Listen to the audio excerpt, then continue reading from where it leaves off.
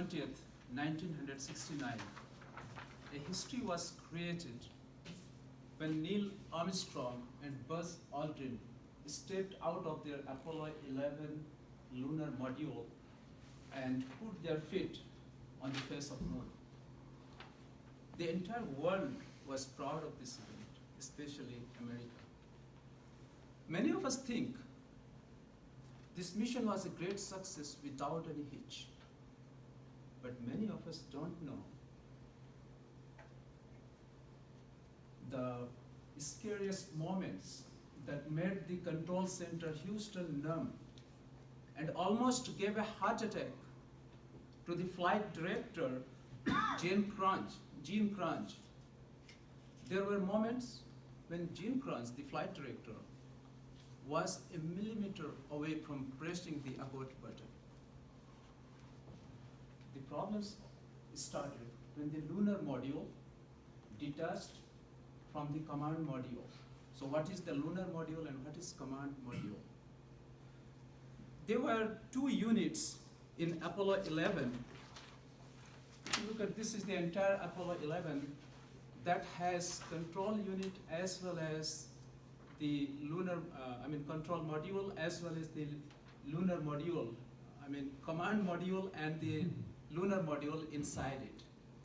So when this Apollo 11 reaches the orbit of the moon, the expectation was the lunar module will separate from the command module. The command module will orbit the moon. There was a third astronaut. His name was Michael Collins. He was in the command module.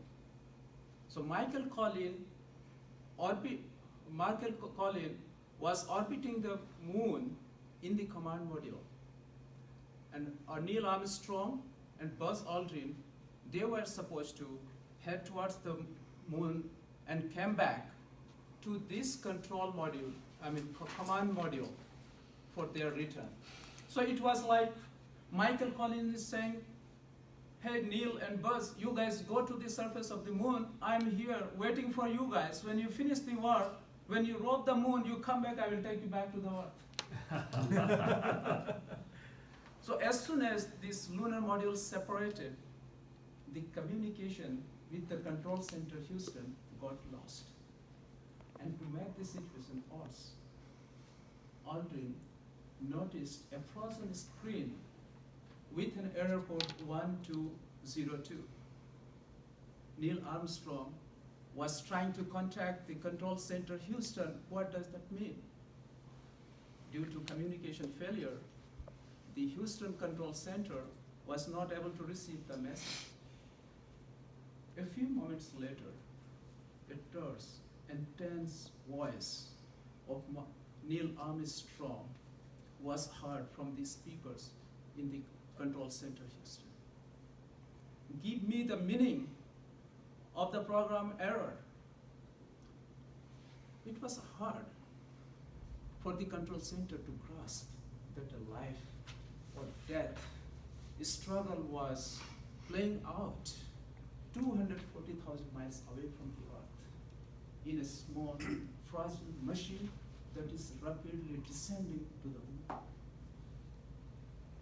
Luckily, the screens in the control center started showing 1202. The engineers quickly deciphered that message that the landing computer in the lunar module was giving up. It is saying, I have too much data to process. I cannot handle the amount of information, the amount of data that I'm receiving. I am going to stop, reboot, and start again. Had this occurred, the mission rule would have called for an immediate abort of the program. At this moment, the control center directs Neil Armstrong to take the manual control of the lunar module and ignore the message that the computer was giving.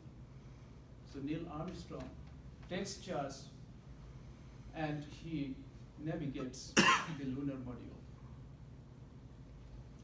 In the meantime, Aldrin was concentrating on in its position, the location, the speed. He was looking at those pieces and then discovered another problem.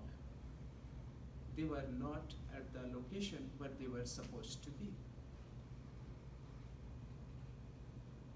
Neil Armstrong was looking at the maps, and then he sees they were expected to land on a plane surface, but now the place they are heading to has vast craters and collection of truck-sized boulders.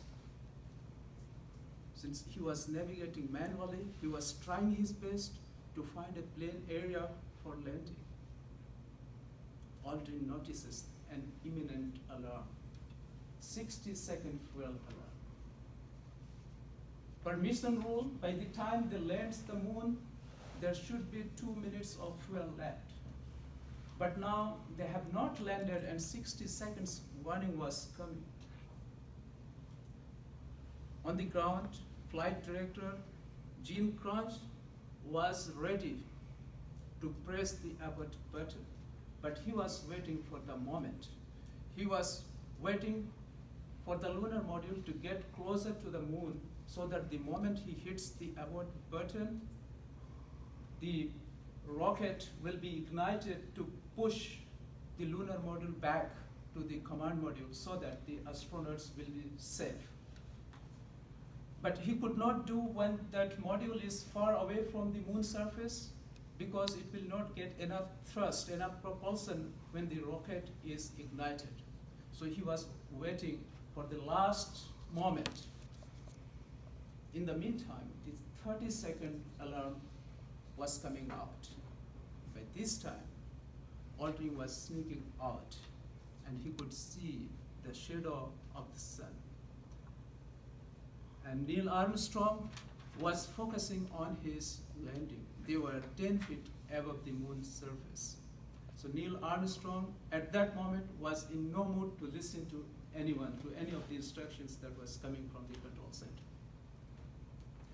So he releases the landing legs, and a long road extended from the landing leg. There were 4 landing legs, and those legs touched the moon's surface. A blue light was displayed on the screen indicating the contact. It was a contact light. Houston, Tranquility Base here. Eagle has landed. Neil Armstrong sent that message in a laconic tone. Eagle was the name given to the lunar module. And Tranquility Base was the name of the area in the moon where they were supposed to land. So in other words, he was relaying the message that our module has landed the moon. There was a big sigh. There was a big sigh of relief in the control center. So the journey to moon was not like a journey to honeymoon. It accompanied by several challenges: loss of communication, a program error code that was difficult to understand, then getting to a location where they were not supposed to be, the craters and the boulders, and then finally the fuel, low fuel. So with all these challenges, they ultimately made it. And that was and those challenges, after overcoming those challenges, the results that have come up, that is going to be helpful, useful throughout the world for the time to come. Thank you.